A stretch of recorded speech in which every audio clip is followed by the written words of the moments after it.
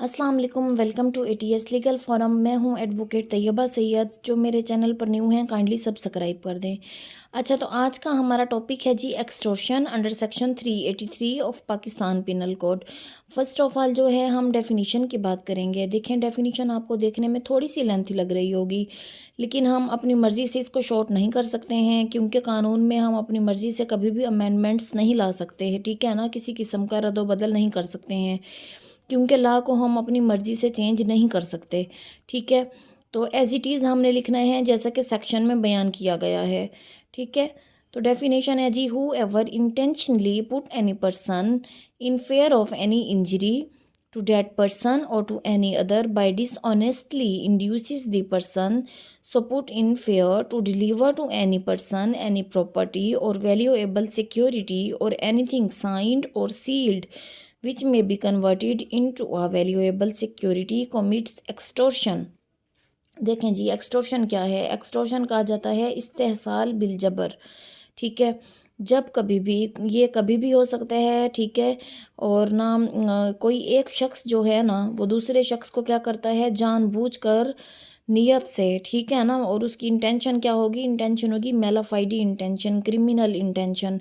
ठीक है, मुजरिमाना जहानत रखते हुए वो क्या करेगा, दूसरे शख्स को खौफ में मुब्तला कर देगा। किस चीज़ के खौफ में मुब्तला करेगा, इंजरी के, कि अगर तुमने मेरा कहना ना माना तो तुम्हें किसी भी किस्म की इंजरी हो सकती है, खा वो रेपुटेशन की हो, ठीक है, बॉडीली इंजरी हो, या क्या हो, प्रॉपर्टी की हो। ठीक है ना, रेपुटेशन, प्रॉपर्टी एंड बॉडीली, ये तमाम क्या हैं, इंजरी में ही आएंगी।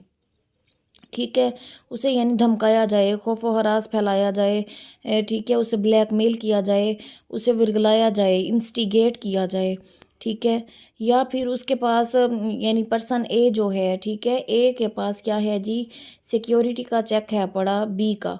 ठीक है, ए अब क्या करता है, बी को कहता है कि अगर तुमने मेरा कहना ना माना तो जो तुमने सिक्योरिटी के लिए मुझे चेक दिया था, ठीक है, तो मैं उसे तुम्हारे खिलाफ केस करने में इस्तेमाल कर सकता हूँ। ठीक है, या फिर वो उसे कहता है कि कोई डॉक्यूमेंट्स हैं, जैसा कि किसी घर के, ठीक है ना, घर के डॉक्यूमेंट्स हैं, वो एज अ सिक्योरिटी जो हैं ए के पास हैं। ठीक है, और वो डॉक्यूमेंट्स हैं किसके, बी के।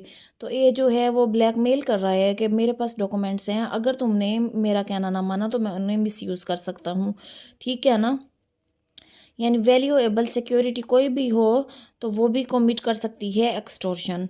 ठीक है, अच्छा, अगर आप लोग अच्छे से डेफिनेशन याद कर लेंगे तो हमेशा की तरह अगेन आपको यही कहूँगी कि एलिमेंट्स याद करने में ज़रा भी डिफ़िकल्टी नहीं होने वाली। ठीक है, elements of extortion under section 383 Pakistan penal code following are elements of extortion. First of all है जी इंटेंशनली। देखें, उस बंदे की इंटेंशन होना ज़रूरी है। ठीक है, तो इंटेंशन कौन सी होनी चाहिए, ज़ाहिर है पॉजिटिव इंटेंशन तो नहीं होगी ना, नेगेटिव ही होगी, मेलाफाइड इंटेंशन होगी, क्रिमिनल इंटेंशन होगी, मुजरिमाना जहानत होगी। ठीक है, यानी बैड इंटेंशन होगी। ठीक है ना, मेलाफाइडी, क्रिमिनल, बैड, ये तमाम एक ही चीज़ है। ठीक है, तो इंटेंशन हो गई क्लियर। नेक्स्ट पे आते हैं। अच्छा जी, पॉइंट नंबर 2 हमारे पास है put in fear of injury. ठीक है, यानी कि किसी किस्म के ज़रर का खौफ दिलाना, कि अगर तुमने मेरा कहना ना माना, अगर मैं ये वाला काम ना किया तो तुम्हें किसी भी किस्म का नुकसान पहुंचाया जा सकता है। इंजरी किसको कहते हैं, नुकसान को। ठीक है, ज़रर को, तकलीफ़ को। और इंजरी जो है वो आप लोगों ने सेक्शन 44 पाकिस्तान पिनल कोड में ब्रीफली पढ़ा होगा। ठीक है, बॉडीली इंजरी होती है, रेपुटेशन के लिहाज से होती है, या प्रॉपर्टी के लिहाज से होती है। ठीक है ना, ये तमाम जो नुकसान पहुंचाए जाते हैं ये इंजरी ही डिफ़ाइन करेगी इन तमाम बातों को। ठीक है, it must be necessary to commit offense of extortion the offender puts any person in fear of any injury।